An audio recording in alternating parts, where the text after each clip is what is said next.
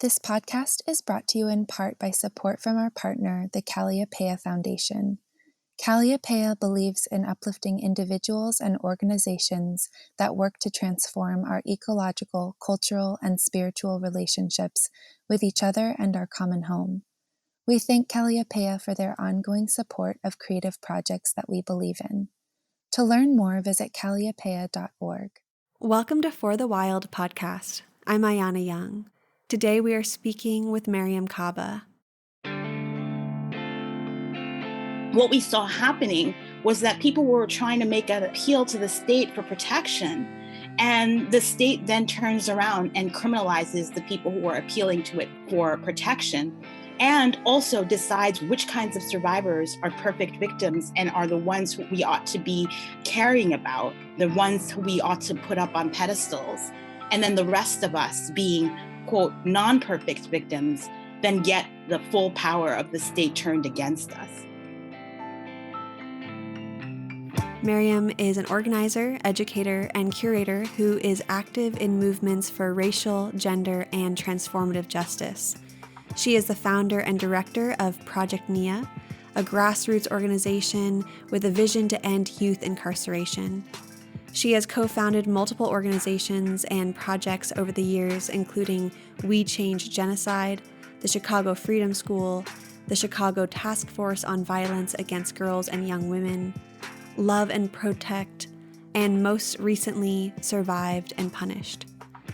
As a researcher in residence at the Barnard College for Research on Women, Mariame Kaba works with Andrea Ritchie, fellow researcher in residence on New Social Justice Institute initiative, Interrupting Criminalization, Research in Action. Mariame is on the advisory boards of the Chicago Tortured Justice Memorial's Critical Resistance and the Chicago Community Bond Fund. Her writing has appeared in numerous publications, including The Nation magazine, The Guardian, The Washington Post, In These Times, Teen Vogue, The New Inquiry, and more. She runs Prison Culture blog. Mariame's work has been recognized with several honors and awards. Mariame, thank you so much for joining us today. It is really an honor to be speaking with you, and we are so looking forward to diving into your work more together. Wonderful. Thank you so much for having me. Much of your work currently revolves around the movement for transformative justice. But for listeners who aren't familiar with this work, I know that restorative justice and transformative justice are often conflated. To begin, I'm hoping we can differentiate the two. And as I understand it, restorative justice looks at a single situation where harm has happened and seeks to find a resolution amongst the community impacted by said situation. Whereas transformative justice looks at the system and conditions that enable harm to happen in the first place. So can you begin by sharing why you're working for transformative justice and how TJ takes us a step further by looking to create a world beyond the one we have now? Sure. I like to make sure that people really understand that restorative justice is how I came to gain an understanding of a possibility of repairing harm. I started engaging in thinking about restorative justice before I took on really thinking about PIC abolition, prison industrial complex abolition. So my kind of interest in restorative justice predates my politic around prison industrial complex abolition. And I say that because while restorative justice has been picked up in the world much more fully since I started getting trained in the mid 1990s, and in some ways has been co-opted by the system, the roots of what restorative justice was about are still incredibly useful and valid. Restorative justice is focused on the importance of relationships. It is focused on the importance of repair when those relationships are broken, when violations occur in our relationships. It is very much interested and concerned, obviously, in community, because it asks a question about whose responsibility is it to actually meet the obligations and needs that are created through violation. So it asks the community to step in fully, to be less of a bystander and more of an actor in trying to repair harm. And finally, it's very much a framework and an ideology and a way of living that is concerned and interested in making sure that we remain in right relationship with each other, with the land, with the environment. So that's an expansive view of restorative justice. Over the years in practice, people have focused very much on an individualistic model of addressing harm using restorative justice modalities and restorative justice practices. Among those are, people often will say things like, I'm running a circle, therefore I'm doing restorative justice. That is ridiculous. It's just a tool that people use within a larger framework of restorative justice, which asks people different kinds of questions. So I like to not fall into like binaries too much, like it's this and or this. It's many different kinds of things to many different kinds of people who use it in many different kinds of ways. How I came to focus on transformative justice really was that you were right in the sense that transformative justice takes as a starting point the idea that what happens to us in our interpersonal relationships are mirrored and reinforced by larger systems that also shape our relationships. And that if you can't really be thinking all the time about the kind of interplay between those spheres, you end up in a position where you're too focused on the interpersonal and therefore cannot transform the conditions that led to the particular interpersonal forms of harm and violence that you're dealing with at the moment. So I like it because it feels like more expansive framework and ideology for me than restorative justice currently as it's being practiced is, and is being practiced by a certain segment of the population, not everybody, because there are many restorative justice practitioners who acknowledge and even act in the way that I'm talking about when I talk about transformative justice. The other thing is that the histories of both frameworks are just different. They come from different places, they come out of different communities, even if there are overlaps. And so I think it's important always to think about where things come from and where things are rooted in order to understand what they are. So for me, transformative justice is really just about trying to figure out how we respond to violence and harm in a way that doesn't cause more violence and harm. It's asking us how we respond in ways that don't actually rely on the state or social services necessarily if people don't want it. It is really focusing on the things that we have to cultivate in the world so that we can prevent future harm. What do we have to have? We have to have things like healing and accountability and things like that. Transformative justice also is kind of militantly against the binary and dichotomies between victims and perpetrators, but rather tries to think about the world as more complex than that. That sometimes in a particular situation we're victimized, and in other situations we're the person or the people who perpetrate harm. That we have to be able to hold all those things together. And so I always like to think about transformative justice as a practice and an ideology and a framework that might be something we can rely on, just one of the things we need to rely on to get us towards liberation and towards freedom and towards, for me, a PIC abolitionist horizon. Wow, Miriam, thank you so much for explaining that in such depth.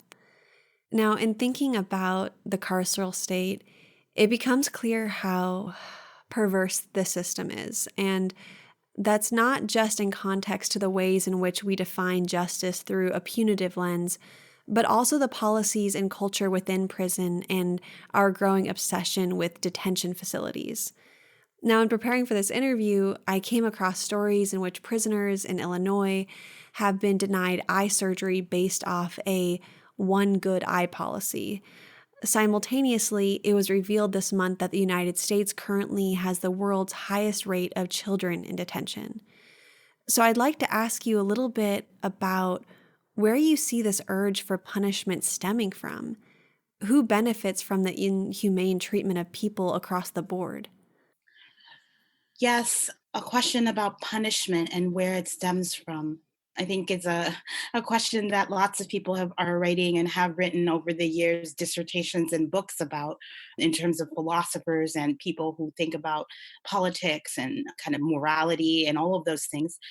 Often people think about punishment as rooted within religion, and many forms of religion that really talk about punishment and vengeance that various gods reap on humans and others. So there's such a long history in terms of people's thinking about punishment. I read a book by Brett Story, and she talks about prison and the landscape of prison. And Brett is a geographer and really thinks about the way that the prison is more than just the building that we think about when we think about the prison, but the way that the prison grows into the landscape and grows from the landscape into these spaces. And it's really kind of a beautifully written piece that follows a film that Brett Story put out. And the reason I preface it is because she makes the case that she thinks prisons, rather than coming from or centered in our desire for punishment, are actually instruments to punish. So they create punishment, right? So it's an issue of directionality as to whether it is the mindset and the our thoughts and our kind of morals around punishment and vengeance that drive the making of the prison, or if it's the other way around, if the institutions are what create and reinforce punishment in and of themselves. So I was reading that recently, actually, just a couple of weeks ago, and it's been making me think anew about what I have thought about how punishment works or doesn't work. And I have always maintained that there's something within us as human beings that when we are hurt, often we turn to wanting to hurt back, and that we spend a lot of time thinking about retribution and vengeance because that is conditioned in us, both, as I mentioned, through religion and through how we grow up in the culture and through how we think about being in right relationship again with each other. That the punishment feels like a necessary ingredient towards being able to get back to right relationship in some way. And transformative justice kind of challenges those values quite a bit. And it's hard, I think, to hold because I too am conditioned in this very same culture and, grow up in these same spaces and was punished myself as a child. Very hard to think of what else to do when violence or harm occurs in the world but to punish. That's the water we swim in, it's the air we breathe. It permeates so much that when somebody chooses to do something else, we sometimes react violently towards that person who doesn't choose to punish, who says, actually, I want to try a different way. Then it's like, you aren't holding up your end of the bargain here. What are you saying about what I think about my values if you refuse to go after this person in a punishing way? So it's really complex. It's really complicated. It's something I do think a lot about on a regular basis. I'm working actually currently on a resource. It's tentatively titled Interrupting the Punishment Mindset. And it's intended to be a resource that can be used by teachers to work with younger people and helping them to think about punishment differently, to move from a focus on punishment to a focus on accountability and consequences. And I'm struggling quite a bit with it. I've been working on it for a long time now. And it's been a struggle because it's so hard to find materials that are the opposite of the thing that we do, which is to punish. Much of your work challenges us to reframe our understanding of perpetrators of violence as well as, to some extent, violence itself.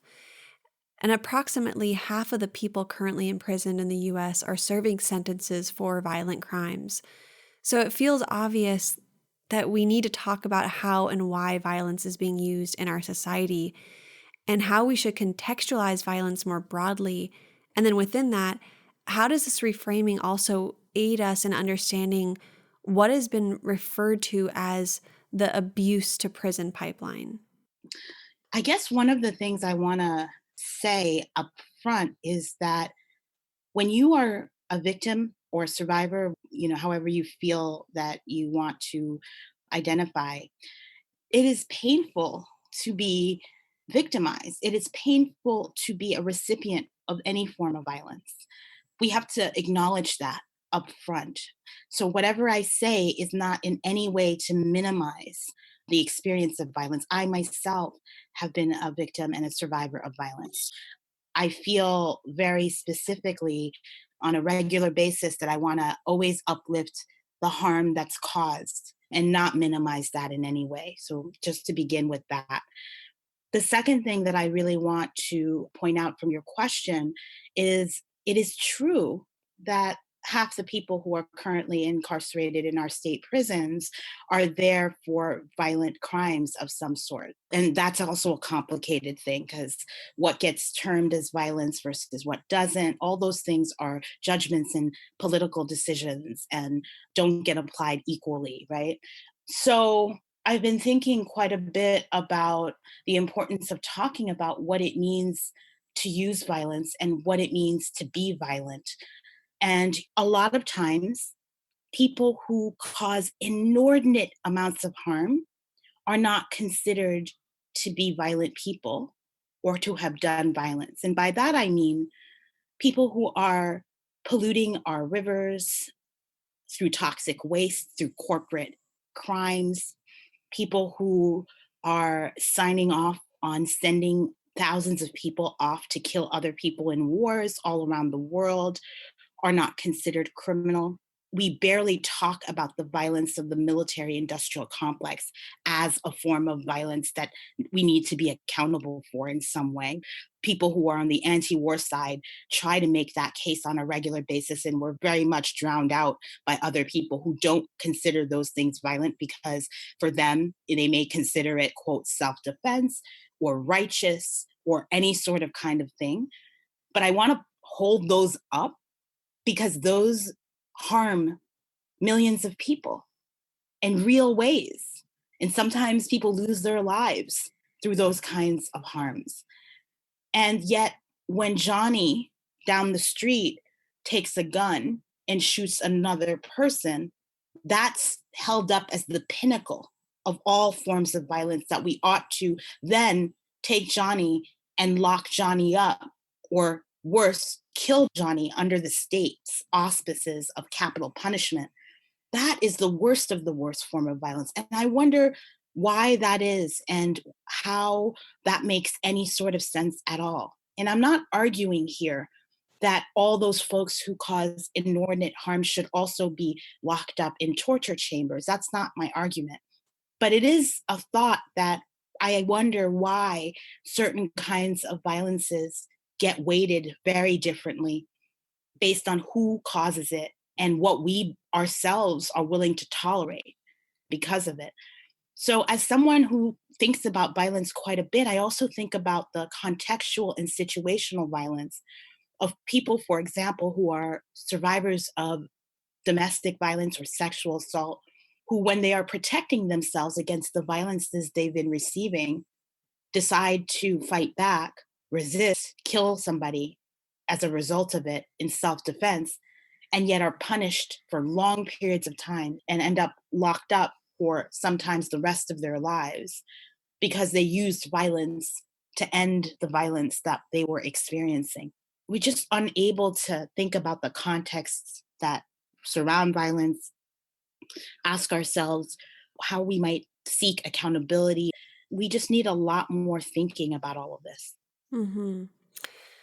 It's such a good point regarding who is doing the violence and how that is taken into consideration with what we deem violent and what we're willing to put up with, like oil companies or mining companies who poison millions of acres of waterways and soil contamination that leads to cancer and deaths, and how that isn't necessarily deemed violent behavior in this dominant culture. And when those corporations enact this type of harm, they're harming so many people and non-human kin, the soil, the air, and somehow we put more pressure on one person potentially being violent. And not that I want to, now that I'm saying this out loud, I don't want to necessarily, Not at all. Yeah, right. no, I don't hear you saying that, and I'm not saying that either.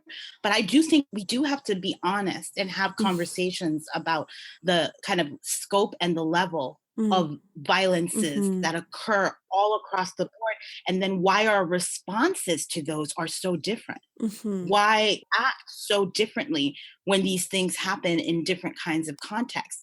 All of it has to be accounted for. All of it has to be attended to, right? It's just that for some, it's incredibly punitive and they may lose their lives. And for others, they don't even get a fine, you know? For others, they make Go ahead. billions of dollars. Not only do they not get a fine, they literally become more powerful. That's right. They Mm-hmm. benefit, absolutely. And so I just think that to me, we need much more thinking, much more just responses to all of this. Because ultimately, for me, what harm is that harm engenders particular needs that must be met, that must be taken into account, that must be responded to. All forms of harm engender needs. And we have to then figure out as a community, as a society, as a world, how are we going to attend to those needs? Who is responsible for attending to those needs? How are we going to be in a position where we stop using violence ourselves when violence occurs to then cause more harm? Those are big, big questions. And they're questions, obviously, I don't just think about. They're questions that millions of people are thinking about all the time. Yeah. And thinking about how to respond to all the time.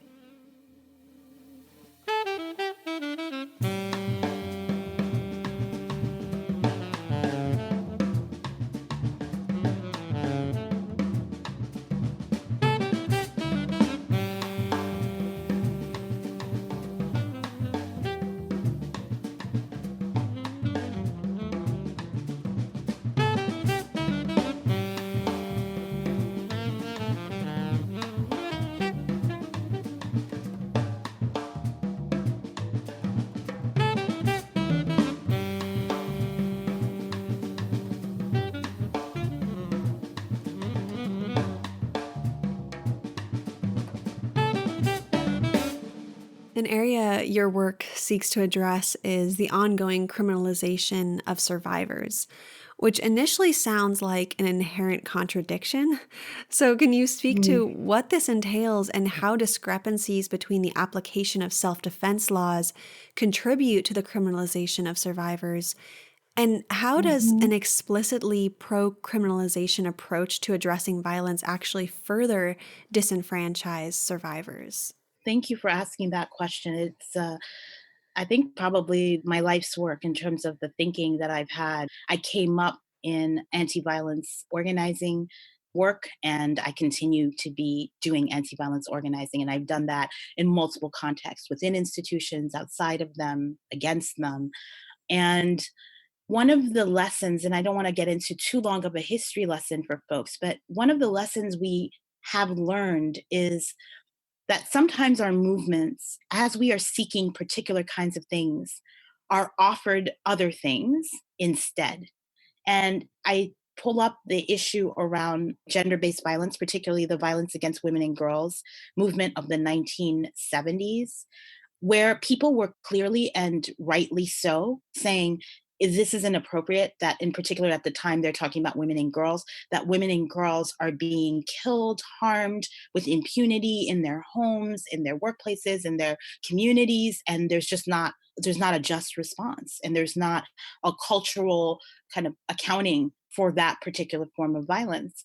And folks were asking for shelters, and we're asking for counseling, and we're asking for resources for survivors, and we're asking for a whole series of things. And the state offered mostly money to do more law enforcement.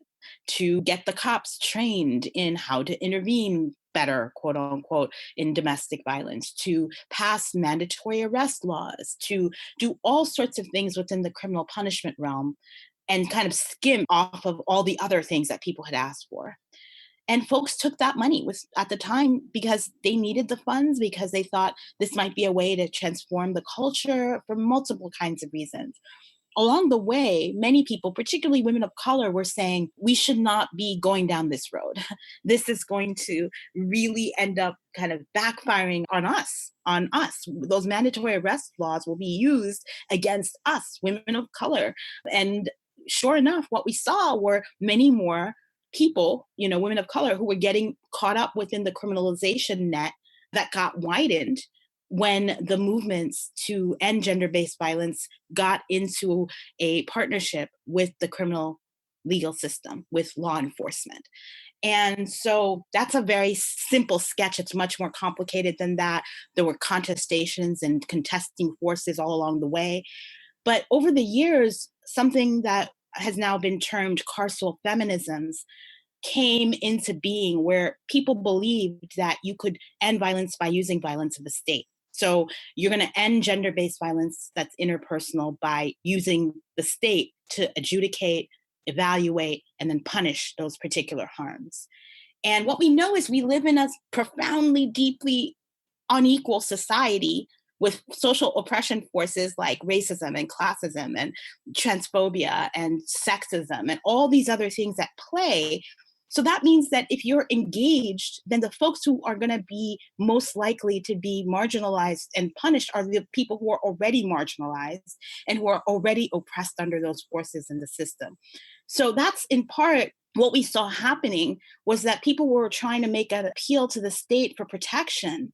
And the state then turns around and criminalizes the people who are appealing to it for protection, and also decides which kinds of survivors are perfect victims and are the ones who we ought to be caring about, the ones who we ought to put up on pedestals. And then the rest of us, being, quote, non-perfect victims, then get the full power of the state turned against us. So, there are cases and examples like Marissa Alexander's case recently in Florida, trying to defend herself from an abusive husband, shoots a warning shot into the air to ward him off, ends up being the one who gets arrested, ends up being the one who goes to trial, ends up with a 20-year mandatory minimum sentence. There was thankfully a kind of a community participatory defense campaign that came up against that verdict and tried to work with Marissa and her family to get her freed. And eventually she was, but that took years, and it was a struggle.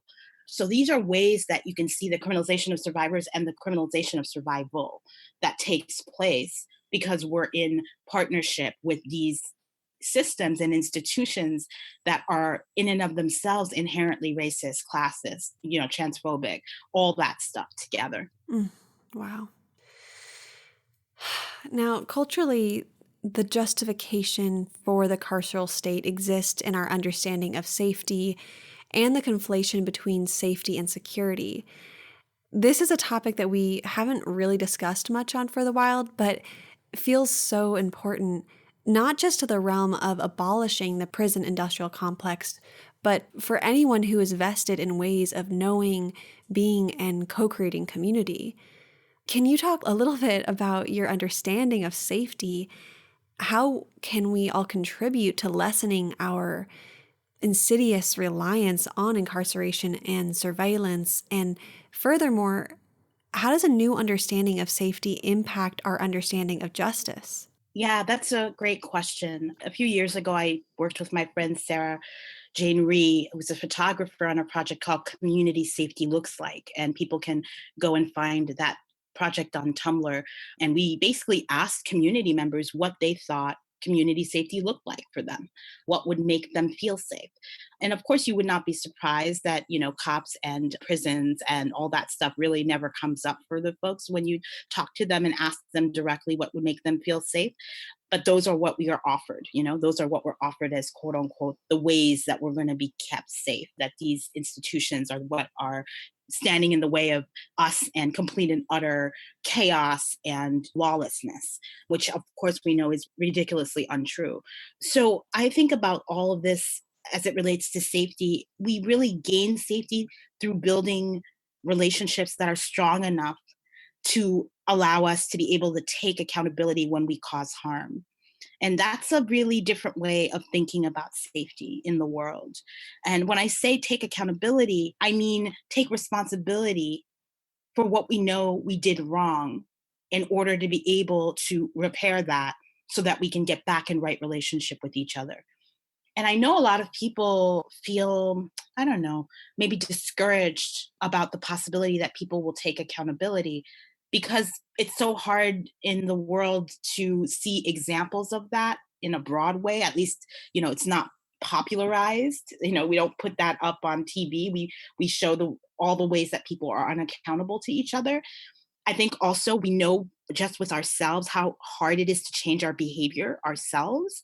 Mia Mingus says this all the time, that if you can't work on taking accountability for the small things, then you're not going to be ever able to take accountability when big things happen that you absolutely have to take accountability for. I use the term take accountability regularly because people always say, I'm going to make this person accountable. And you're never going to make someone accountable, because accountability is an internal resource people have to use to be able to decide that they've done wrong and be able to transform and shift that. That's a mirroring in some way of the current state and the way that we are operating, which is that the state is incredibly coercive, right? And forces people to do things that they then don't really do. And we end up continuing the harms that occur in society. So safety is very much rooted in having everything that we need in order to be able to live dignified lives. And that's where transformative justice is so critically important, because it tells a story about the need for us to have the conditions in place that would allow us to do the things that we want to do around transforming harm. So that means that you have to have a living wage, at least at the base. It means you have to have universal health care to be safe. It means you have to have a clean environment to be safe. You have to have a good school for your kid to go to be safe. Safety is an expansive concept that is beyond the kind of individualistic violence, interpersonal harm framework that it's so deeply shaped in. And I know because it feels most immediate, like you're afraid of getting killed when you're afraid of being hit in the face by somebody or being stolen from. So that's a visceral sense of your personal safety. But safety is within a broader context. And if we could get all the other stuff that I mentioned broadly correct and right, and be in right relationship with those things, all of this interpersonal harm that occurs will be so diminished, so that then we won't even know the kind of world that we can be living in. The world will have been so transformed that our relationships to each other are necessarily also going to be transformed. We can't even know where the kind of virtuous circle of that could end. And that's the work, I think. At least that's the work I'm committed to as a both and. Yes, attending to the harms that happen in our interpersonal relationships because we're human and those will continue to happen, but also having this much more expansive view of safety. Security is so focused on the weaponry and the tools that exist to lock people out, right? Like the gates and the alarms. And those are things that are the illusion of safety. The real safety comes from our ability to be able to get what we need to live dignified lives. So powerful. Gosh, Mariame, I feel like you just sliced right through so much false conditioning of this dominant culture. I think about just how the United States has the most quote unquote powerful military in the world, and all of the energy we put behind and our taxes and so on and so forth behind this violent way of quote unquote protection, but yet it's not protecting us from the ones who are actually doing the real harm. So it's Absolutely. Also, the other part that I think about on a regular basis is one of the reasons why we absolutely have to do away with the apparatus of the criminal punishment system is because the forces of oppression are actually maintained and reinforced through that system. So if you're anti-racist and one of the things you're trying to do is end white supremacy, you have to end the apparatus of the criminal punishment system. If you're a feminist and one of the issues you have is about resisting domination and uprooting oppression, then you have to get rid of the apparatus of the criminal punishment system, because what do those things do? They oppress and they maintain domination over people. So, like, it's so clear to me on a regular basis that, like, we cannot hold the current apparatus of the criminal punishment system that's maintained through these social forces that we're trying to uproot and transform and change so that we can all have more well-being, so that we can all thrive, and rather than just people that are trying to survive every single day, that we actually have an opportunity to thrive. And without kind of uprooting of these systems, we're not going to be able to thrive. And therefore, what we need to do is all of the ways that these systems are reinforced and maintained, that the punishment system and other systems that are oppressive are maintaining all of these oppressions. We have to dismantle those in order to be able to build something different that would be much more, as my friend Shira would say, probiotic rather than antibiotic. Mm-hmm. Mm-hmm. Wow. Thank you for that.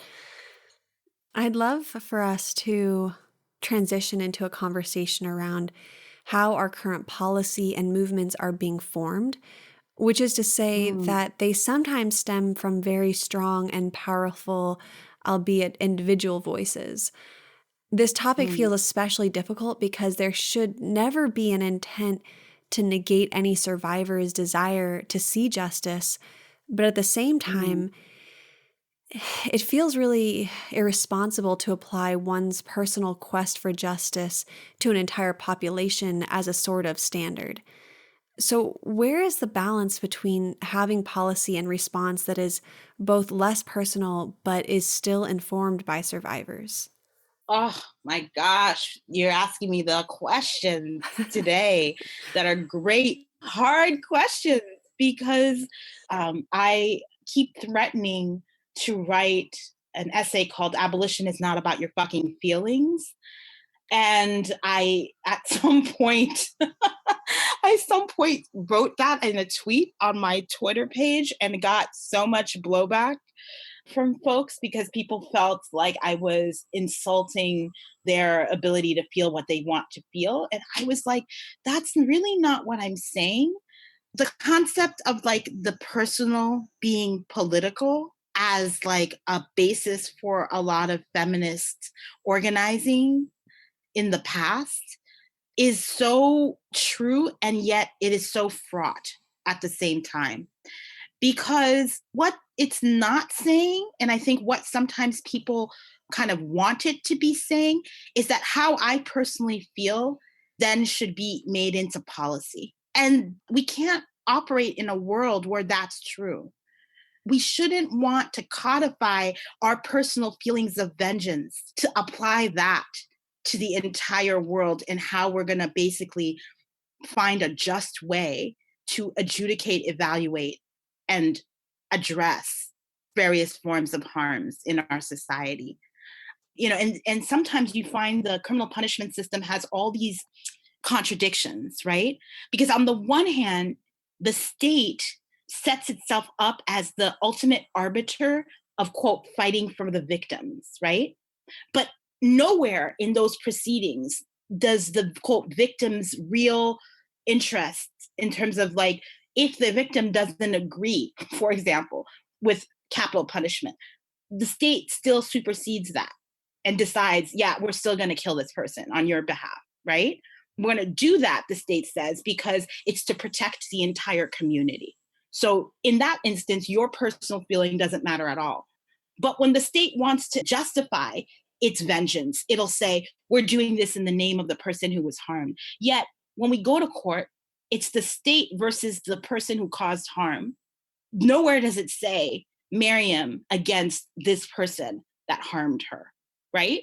So I barely get a chance to even talk. If I'm not called to the witness stand, I don't get a chance maybe to even at the end of the proceedings give a victim impact statement. Sometimes that happens, sometimes that doesn't, right? So it's just the whole thing is filled with so many different contradictions. And we have to govern the world not based on just our personal desires and our personal feelings. We have to have a politic and a set of basic values that we as a society are governed by. Otherwise, how are we going to be able to move in the world? We're not going to be able to move in the world if that's not the case and if that's not happening. So it's so complicated. And sometimes our feelings aren't actually aligned with our values. So our express value might be, well, I don't believe in capital punishment.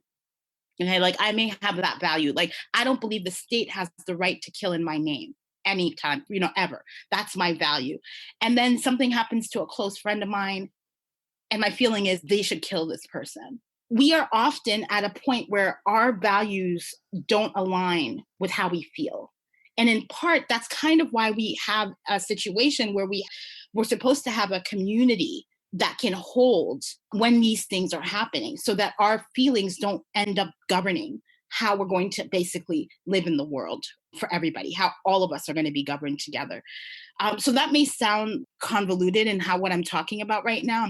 I'm thinking as I speak, but also I've been thinking for a long time about this in various kinds of ways. And so it's a question all the time. It's people say, well, this person was really harmed. And I'll say, yes, they were really harmed. Absolutely. And I wish that had not happened. And I also want consequences for that. I just don't think punishment is going to get us there. And I also don't think that using extreme violence to address extreme violence ever works. I think that's just vengeance. And sometimes I remember watching this movie years ago. It was a terrible Nicole Kidman movie with Sean Penn in it. I even forget the name of the movie, but Nicole Kidman's character says at one point, vengeance is a lazy form of grief. And I was like, whoa, I just had to like think about that. It stuck with me. I mean, the fact that this thing came out years ago, but I still think about it, it really struck a chord in me, right? Because it's like we need time and space to grieve when hard things happen, when bad things happen to us. We need that grieving. We need that space. We deserve the support, that every part of support that we can need. Survivors and victims should get multiple supports from the state beyond and not even mainly prosecution, right? Like, how about paying for people's counseling? How about paying for people to be able to take a trip out of the country so that they can heal or begin the process of figuring out how to heal? We have these victim compensation funds, supposedly, that are so convoluted, so bureaucratically heavy, so exclusionary in terms of what you can get for it and how long it takes. Why not make all that much more available?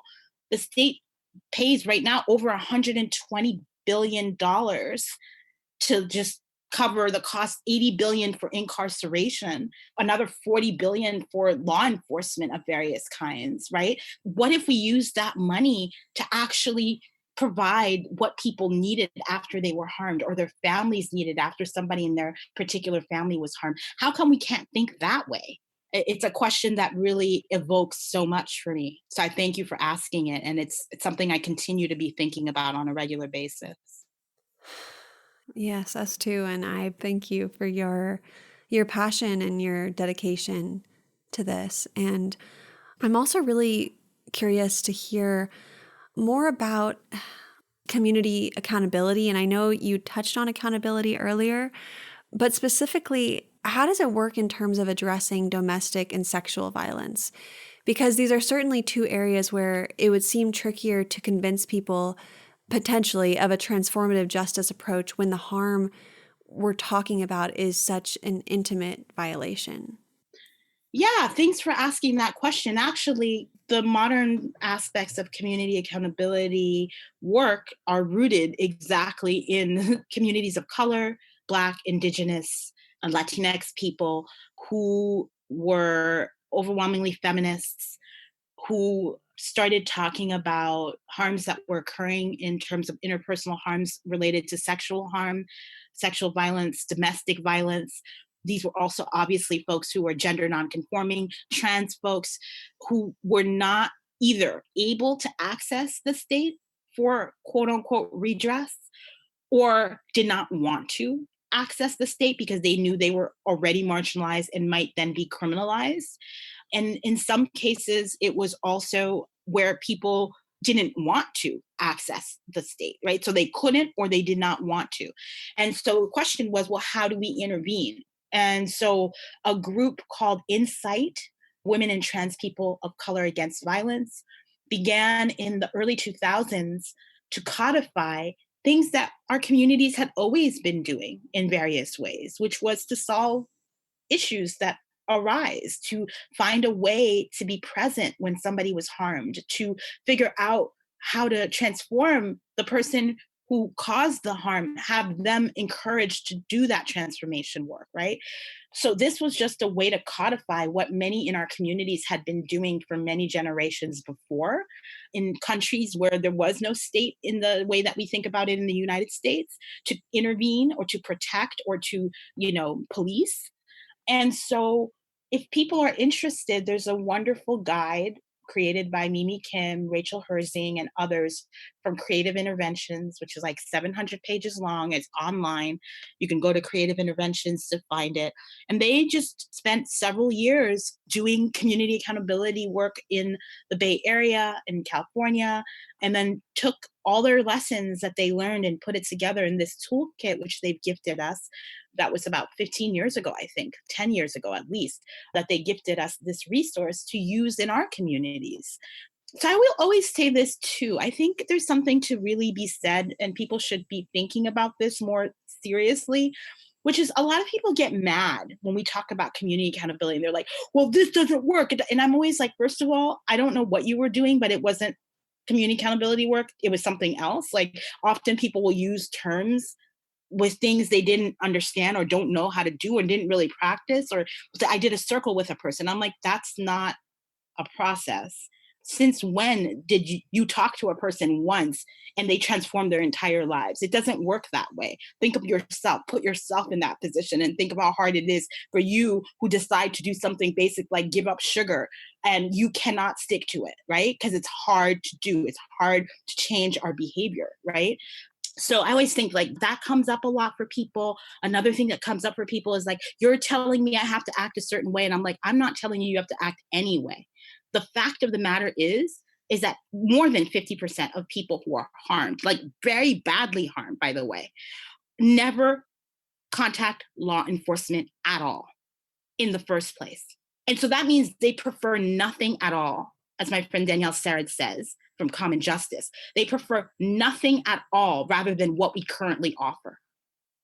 That's a huge number of people who are harmed, but don't seek any sort of redress from, quote, the state, the thing that is being offered as the end all be all, the only way to transform any harm, right? So that's already the case. So I'm always like, why are you upset? Why are you so invested in being upset with people who are trying something else in order to get the redress that they feel like they need, when over 50% of the people don't even avail themselves of the system that you're fighting so hard to protect and that you're fighting so hard to keep entrenched, right? So even of that list of 50% that do go in to the system, 50% of those folks don't even make it to the point at which there would be a prosecutor sending their case on to petition in the court in any sort of way. Like, so they're not even going to grand jury. And then by the time it goes to grand jury, another 50% are out. They're not even going to be in a position to be able to go to a trial. And since we know that 98% of the people who are in a situation where they might want a trial are actually going to plead out and not go to trial, that's 2% of the people in that list who actually go to trial. So by the time you get to a place where we talk about somebody serving a prison sentence, so many people have not been served by that point that we got to find a different way to be able to address harm. And since for me, as an abolitionist, what I care about are two things: relationships, and what I care about is how we address harm. And the reason I'm an abolitionist, a PIC abolitionist, is because I know that prisons and policing and surveillance cause inordinate harm. So if my focus is on ending harm, transforming harm, then I can't be pro those institutions that are death making and harmful institutions, because I'm actually trying to eradicate harm, not reproduce it, not reinforce it, not maintain it. So I find that we really have to just realize that sometimes our feelings and our kind of really valid sense of like wanting some form of justice for ourselves gets in the way of actually seeking the thing we want. And so for me, I'm constantly talking with folks. I only facilitate community accountability processes within my communities. I don't, I'm not getting paid for it. I'm not a paid facilitator. These things are important. We all have to gain skills within our communities so that we can hold harm, transform it, and come out the other side, because that is so critical. And so few people are having the harms that they experience attended to at all. At all. Most people get nothing. So community accountability is like, can we offer something?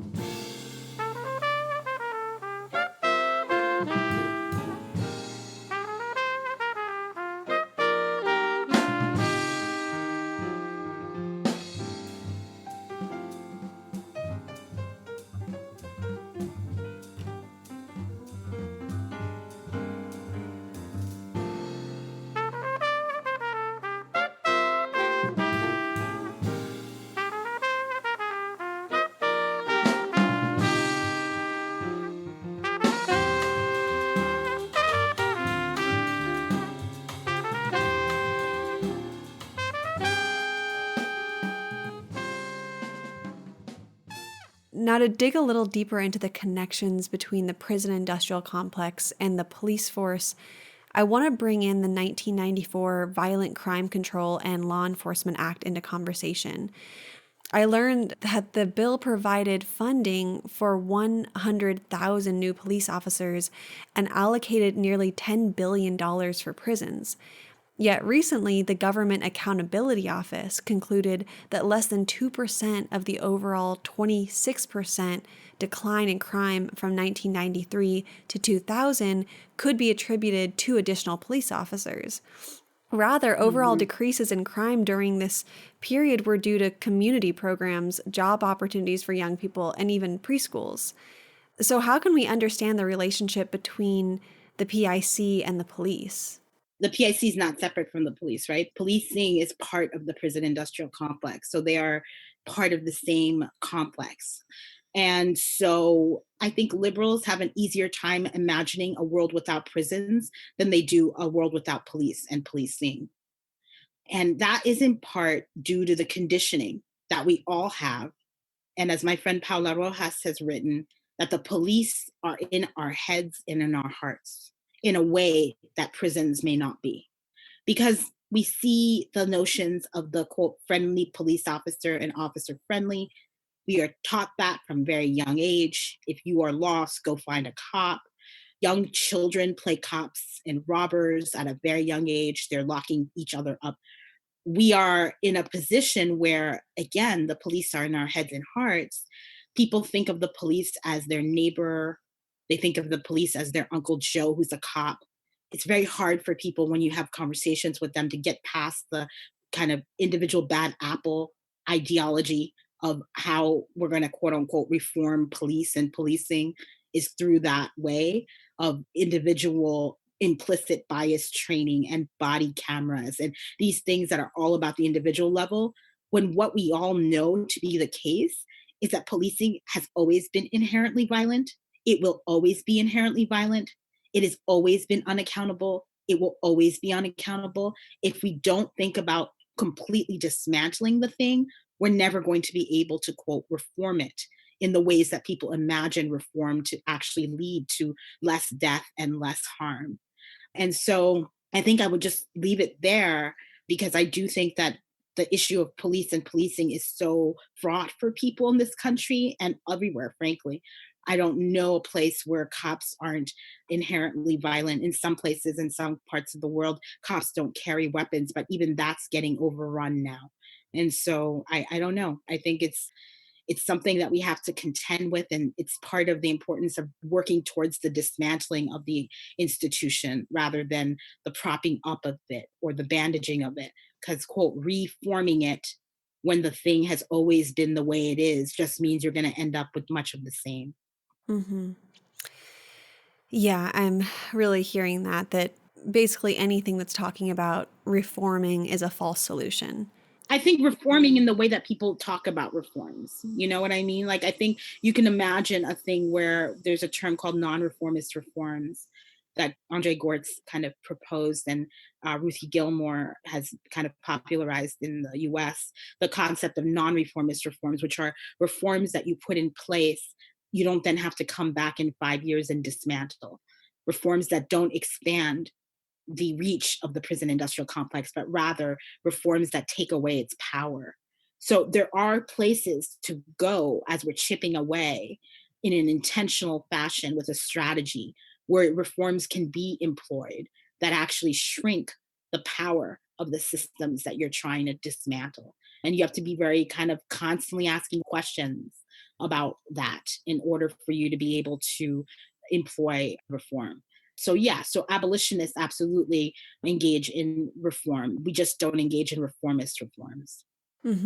Yeah, and I feel like any policy or reform that's pouring more money into the violent institution needs to be a red flag. Anything that we see coming at us through bills, if we're seeing more money being poured into the police or the prison industrial complex, that needs to be a red flag that we can understand that is a false solution and it's just strengthening corrupt institutions and not benefiting the communities. Yep. Also, in preparing for this interview, I came across a lot of your dialogue around the push to address domestic and sexual violence in the 60s and 70s through non-carceral forms, and then comparing that to movements of today, specifically liberal feminist ones, which are incredibly punitive. Something that I believe you've referred to as carceral feminism. So I'm just wondering, why do you think this move towards the carceral state has happened? Yeah, I mean, it's seductive. The state doesn't stay put and the state is dynamic. So anything that's going on that the state thinks that it can have some sort of power over, it's going to try to incorporate it, it's going to try to co-opt it. That's just the way that it operates. And so to me, it's not surprising at all that feminists and others who were trying very, very hard to, as I mentioned earlier in the conversation, who were trying very, very hard to really end violence against women and girls in that particular conceptualization. They weren't focused on gender nonconforming folks at the time or trans people at the time, but harm was occurring. And so it's like we have to figure out some way to end that, to come up with solutions. And the law enforcement, as I mentioned to you, offered money. And that was a way where people could actually then supposedly impact this problem that they saw in the world. And so this is always the thing. It's the seduction of funding that is needed to actually address real problems that then takes those things and transforms them and mutates them into more problematic behavior. And this is in part what happened. And the person who I think is the person who started talking about carceral feminisms, if I remember, it might be Elizabeth Bernstein, I think in the context of thinking about anti-trafficking work, who started talking about carceral feminism. Like I mentioned before, I gave a little bit of a definition of what that term is. But, many people have good intentions. And I just think sometimes your intention and the outcome aren't aligned. And I think that happened. I think for some people, they did want a very punitive response. They intended the response that they got, they intended the outcome that came out of it. But for many people, it was just like, we need a way to transform this situation that is terrible. And we need to find a response. And these people are offering us some resources to address that. Hmm.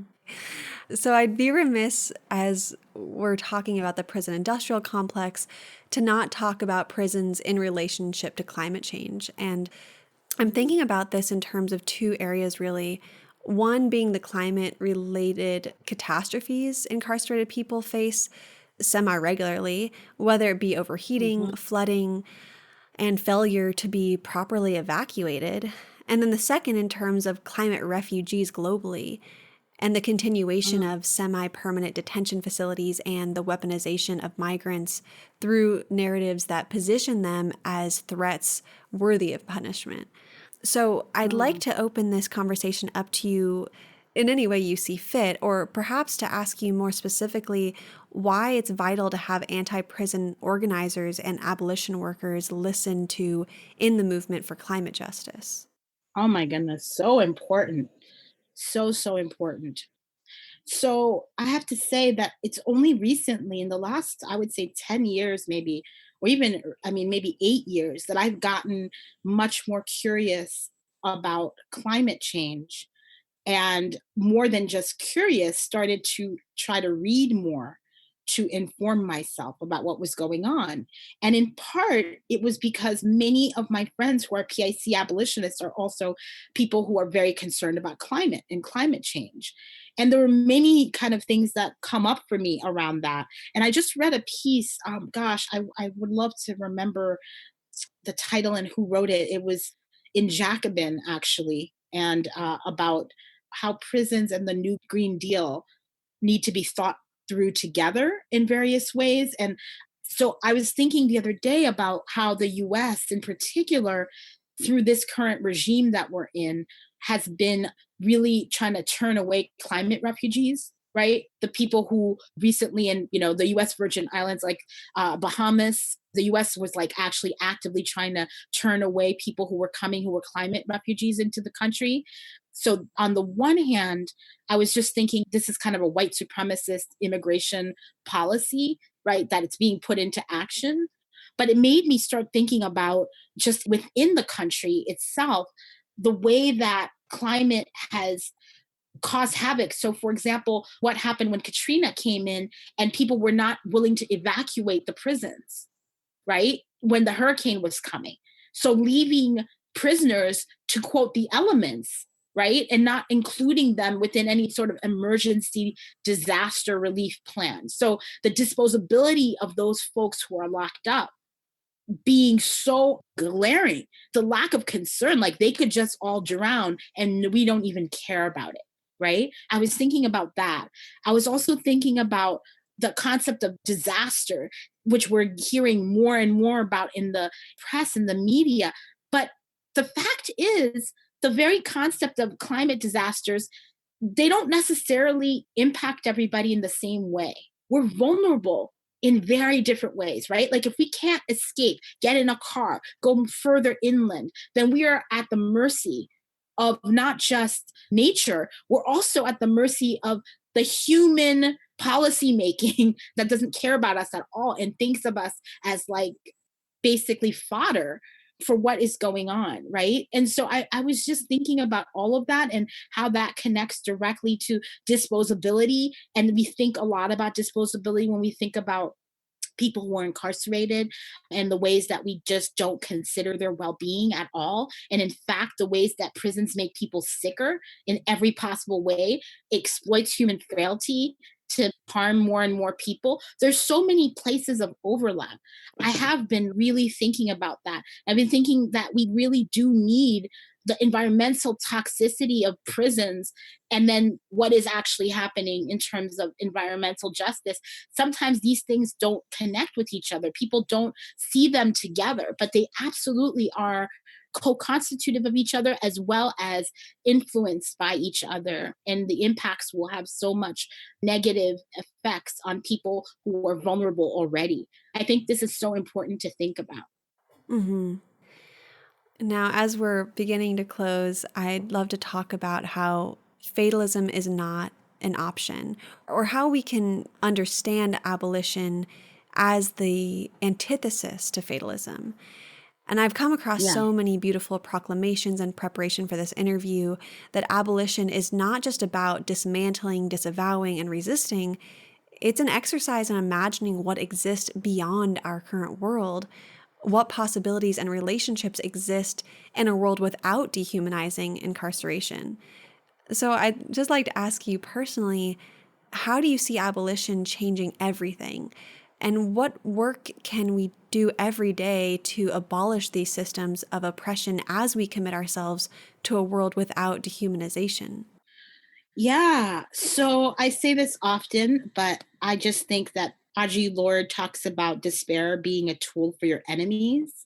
I think that fatalism is the same. I don't have the luxury, I feel like, as a person in the world who doesn't just care about my own survival, but also loves many, many small people. I call them small people, but children in my life who are not my own, but are deeply loved by me. I can't imagine a fatalistic viewpoint serving their ability to live. I want them to live. I want them to live beautiful, long, happy lives. And I think that I just can't support a notion that like there's nothing to be done to be able to improve the world and improve our own likelihood to survive whatever is to come.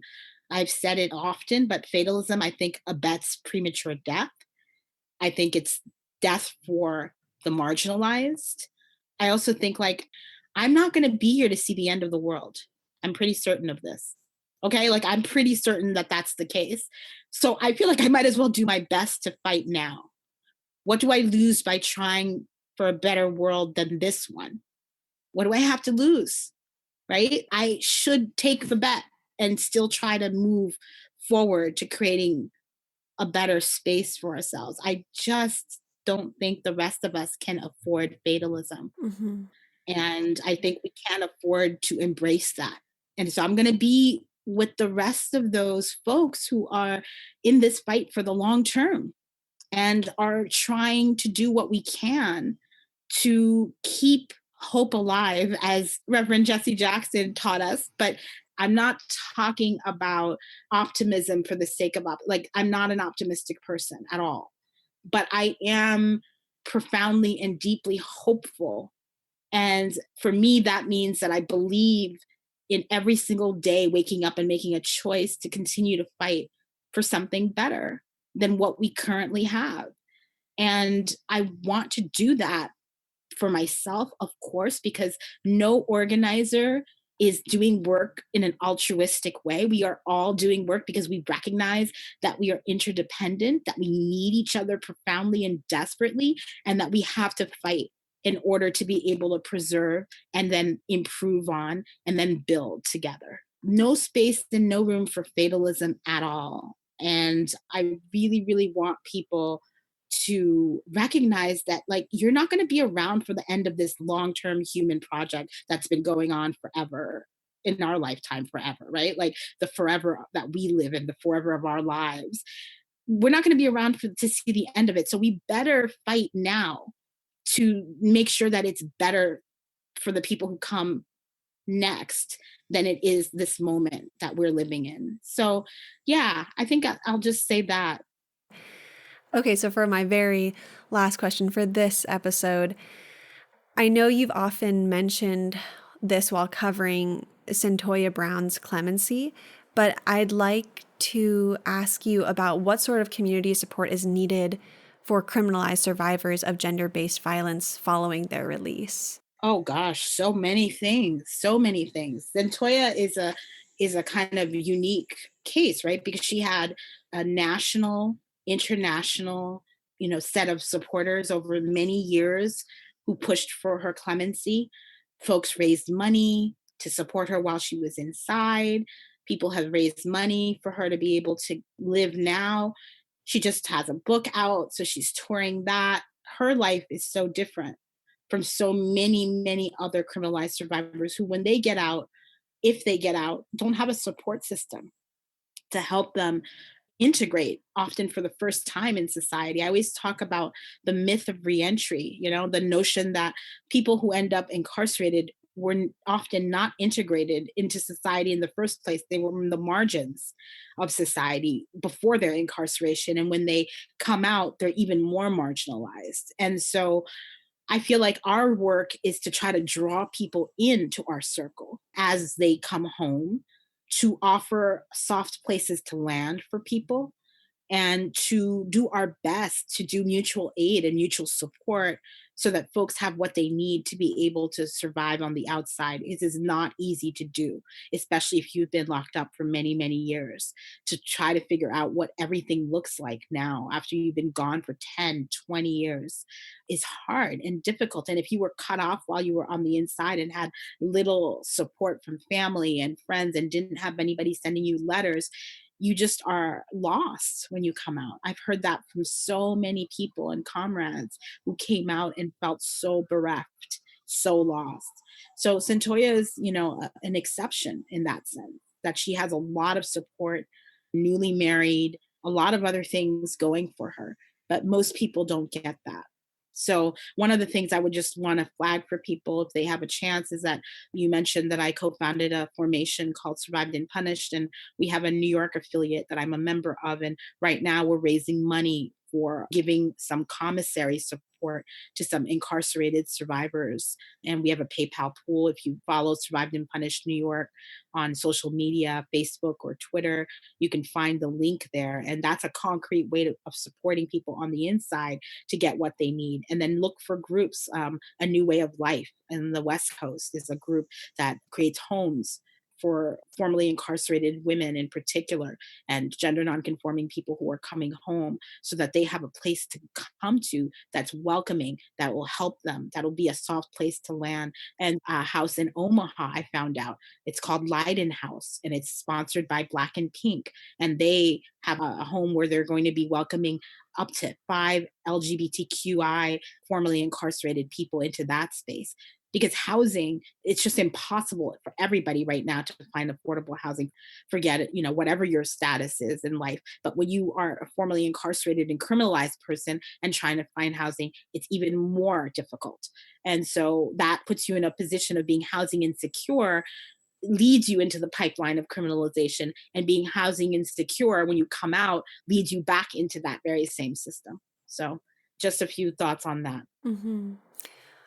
My mind and heart are so full from this conversation, and I cannot wait to re-listen to this episode again with all of the other folks who will be tuning in and just being so awakened. And your passion and your dedication, they stoke the fire of, I'm sure, so many people, and definitely myself. So thank you so much. Thank you very much for inviting me to participate in this. And I'm always so grateful for having opportunities to talk on podcasts, because they offer you such a kind of expansive opportunity to delve into issues that, sound bites don't get at. So I'm really appreciative that you took the time and that you all reached out to invite me to join the conversation.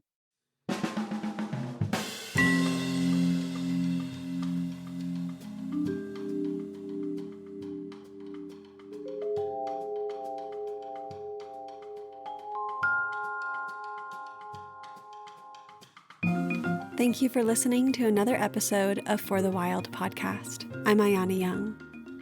The music you heard today was from Wyclef Jean, Jason Marsalis, and Irvin Mayfield.